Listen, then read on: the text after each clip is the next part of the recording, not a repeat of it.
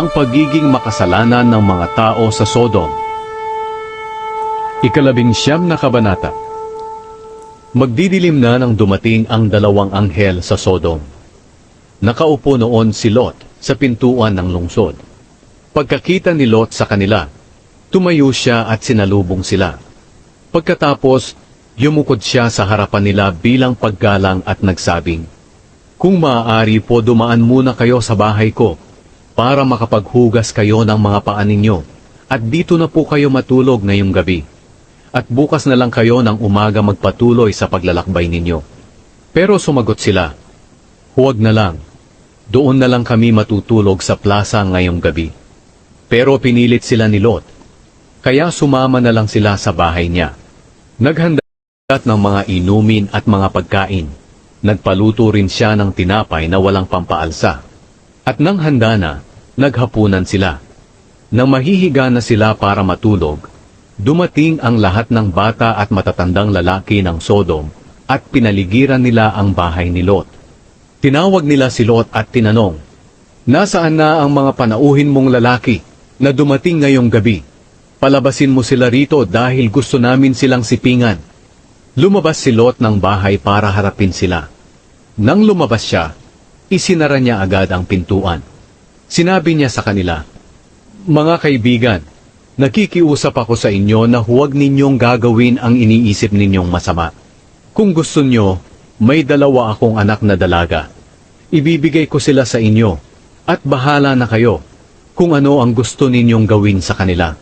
Pero huwag ninyong galawin ang dalawang taong ito, dahil mga bisita ko sila, at dapat ko silang protektahan." Pero sinabi ng mga tao, "Dayuhan ka lang dito, kaya sino ka para makialam sa amin? Umalis ka riyan. Baka masigit pa ang magawa namin sa iyo kaysa sa kanila." Pagkatapos, itinulak nila si Lot. Lalapit sana sila sa pintuan para gibain ito.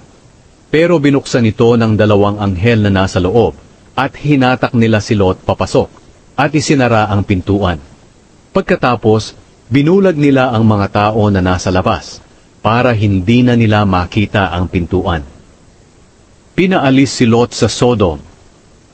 Sinabi ng dalawang anghel kay Lot, "Kung may mga anak ka pa, o manugang na lalaki, o mga kamag-anak sa lungsod na ito, isama mo silang lahat at umalis kayo rito, dahil lilipulin namin ang lungsod na ito."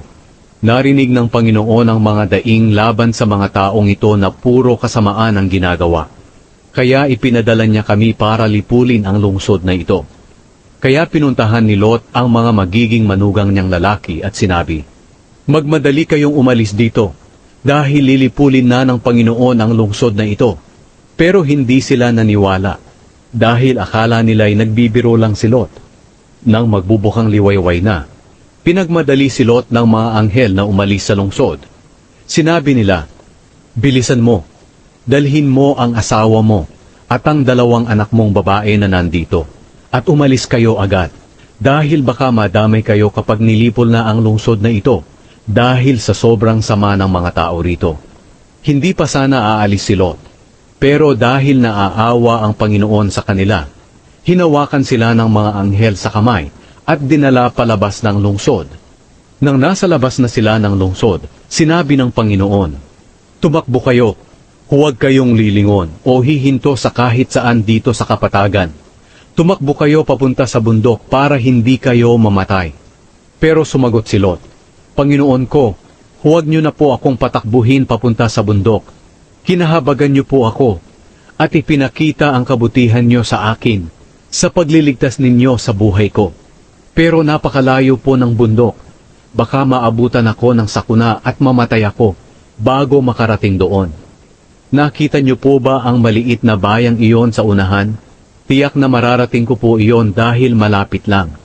Maaari po bang doon na lang ako pumunta sa maliit na bayang iyon para maligtas ako?"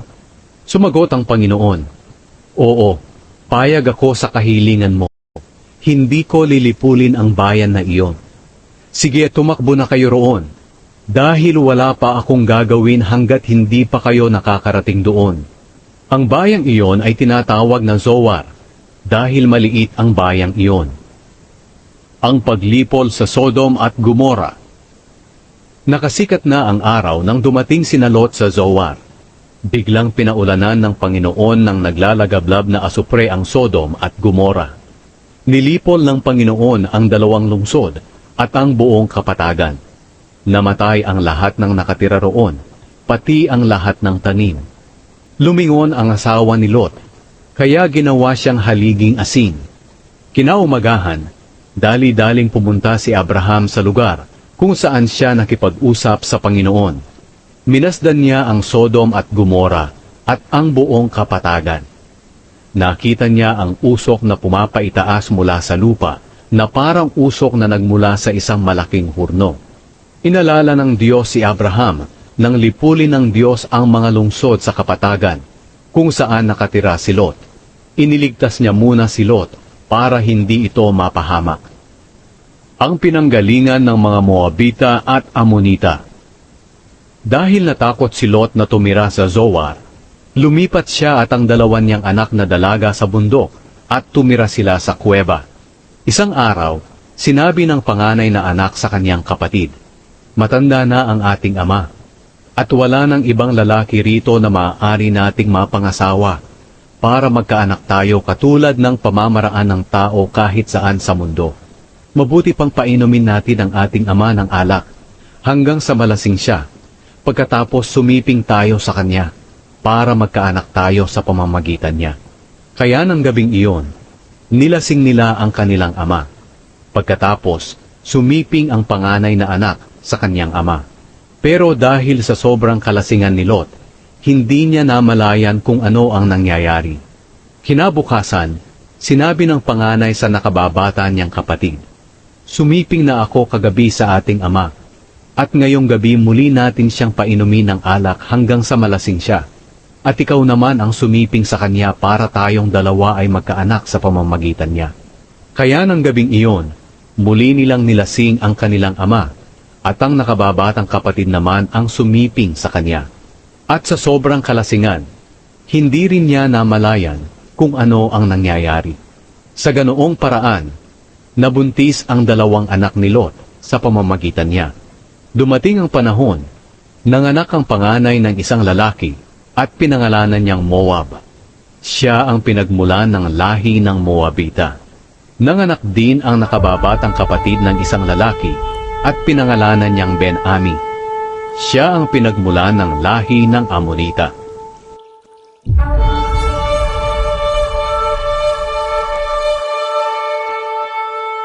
Ang lahat ng nakasulat sa kasulatan noong unang panahon ay isinulat para turuan tayo. At sa pamamagitan ng kasulatan, tayo'y magiging matatag at malakas ang loob at magkakaroon ng pag-asa.